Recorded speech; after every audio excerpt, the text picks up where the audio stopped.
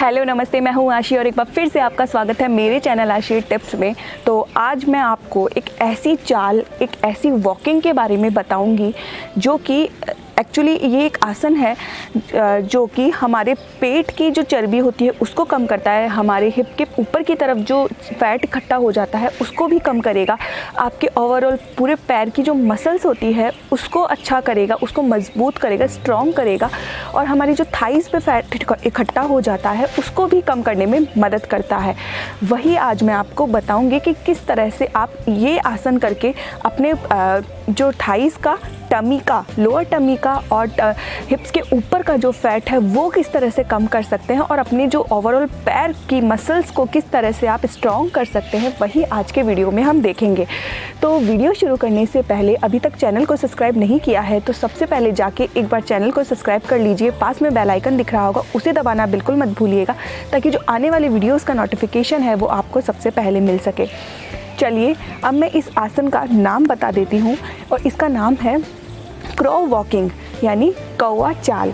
कौवा चाल जो है वो दिखने में बहुत इजी लगती है लेकिन ये थोड़ी सी मुश्किल होती है बिगनर्स के लिए, लेकिन जैसे आप धीरे धीरे प्रैक्टिस करते जाते हैं वैसे वैसे ये होने लगती है। जो कौवा चाल है वो मैं जिन लोगों को पैर में इशू है, घुटने में जिनके इशू है, मैं वो उनको ये नहीं करना चाहिए क्योंकि इससे उनकी प्रॉब्लम बढ़ सकती है। तो जिनके घुटनों में दर्द होता है वो इसको बिल्कुल भी ट्राई ना करें। चलिए अब देखते हैं कि कौवा चाल जो है वो किस तरह से होगी। इससे पहले अगर आप मुझसे इंस्टाग्राम पे भी जुड़ना चाहते हैं तो जो मेरी इंस्टाग्राम आईडी है उसका लिंक मैं डिस्क्रिप्शन बॉक्स में आपको दे दूंगी, आप वहां जाकर एक बार चेक कर सकते हैं और इंस्टाग्राम पर भी मुझे फॉलो कर सकते हैं। चलिए शुरू करते हैं आज का वीडियो और देखते हैं हम क्रो वॉकिंग यानी कौवा चाल हम किस तरह से करेंगे। तो जो बिगनर्स हैं उनको हमें इस तरह से बैठना होगा, लेकिन आप पहले 10 दिन आप इस तरह से बैठने की प्रैक्टिस करेंगे। अपने पंजों पे एड़ियाँ ऊपर और इस तरह से आप बैठने की प्रैक्टिस करेंगे। एक बार जब आप इस तरह से बैठने लगे तो फिर आप इस तरह से बैठने की कोशिश करेंगे। इस तरह से बैठने के बाद जब आपको थोड़ा कंफर्टेबल लगने लगे तब आप क्या करेंगे, मैं मैट के स्टार्टिंग यहाँ पे आ जाती हूँ ताकि मैं आपको करके दिखा सकूँ। तो आप क्या करेंगे, अपने पंजों पे इस तरह से, पंजों पे पूरा बॉडी का वेट होगा, आप पंजों पे अच्छे से इस तरह से बैठ जाएंगे। कुछ देर इस तरह से बैठ जाने के बाद हमारे एक पैर को हम आगे की तरफ बढ़ाएंगे, जो पीछे की तरफ जो पैर है उसका घुटना हमें फर्श से लगाना है इस तरह से। अब इस तरह से लगा लेने के बाद जो पैर आगे है उसका हमें घुटना फर्श से लगाना है और जो नीचे पैर था उसी का घुटना का जो पंजा है वो हमें आगे की तरफ लेना है इस तरह से। अब जो आगे हमने पैर लिया उसका घुटना हमें फर्श से लगाना है इस तरह से और दूसरे पैर का पंजा जो है आगे की तरफ करना है। अब जिसका पैर का पंजा हमने आगे की तरफ किया उसका घुटना हमें फर्श से लगाना है और पैर को आगे बढ़ाना है। घूम जाती हूँ फिर से इस तरह से।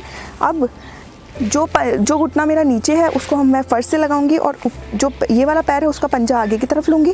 आगे का जो पंजा मैंने लिया उसका घुटना अब मुझे ज़मीन से लगाना है, दूसरा पंजा जो है आगे की तरफ। अब आगे जिसका लिया उसका घुटना नीचे, दूसरा पैर का फुट आगे, अब इसका ये नीचे। अब फिर से घूम जाते हैं। फिर से घूम जाने के बाद जो घुटना नीचे है वो उसको ज़मीन से लगाएंगे। अब दूसरा पैर का जो घुटना है उसको ज़मीन से लेते हुए इसका पैर का जो पंजा है वो आगे की तरफ, अब इसका नीचे, पंजा आगे, घुटना नीचे, पंजा आगे, इस तरह से फिर से घूम जाते हैं। अब घुटना नीचे, पंजा आगे, घुटना नीचे, पंजा आगे, घुटना नीचे, पंजा आगे, इस तरह से वापस से घूम जाते हैं।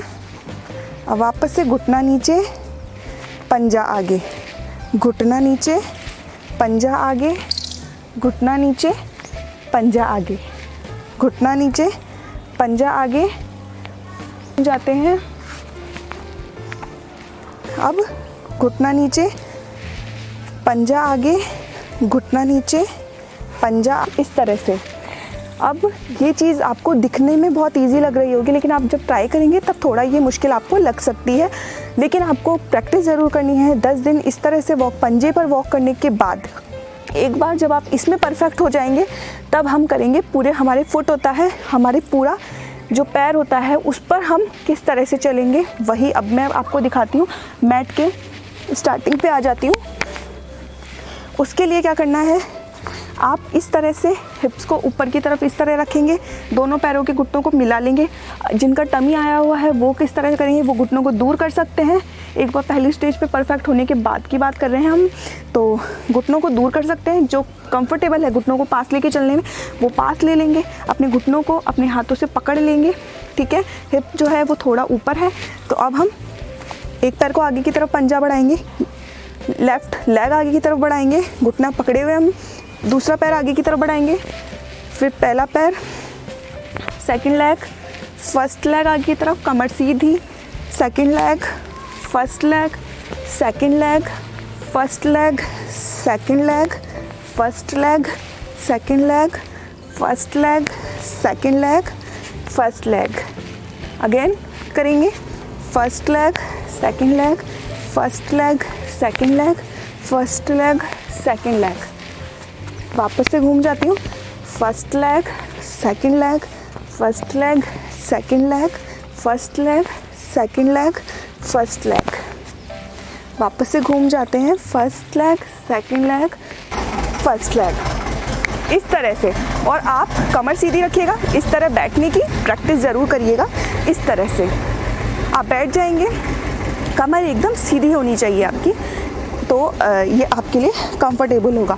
कुछ टाइम वॉक करने के बाद ही आपके काप्स में यानी यहाँ पे आपके दर्द होने लग जाएगा।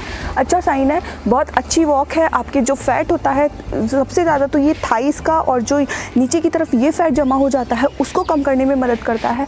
आपके मसल्स में थोड़ा थोड़ा खिंचाव महसूस होगा, बहुत अच्छी है। आप अगर आप एक कमरे में कर रहे हैं तो आप ये ट्राई करिए कि आप पूरे कमरे के 10 चक्कर आप कम से कम लगा लें एक दिन में, तो ये आपके पेट की चर्बी को भी कम करने में मदद करता है।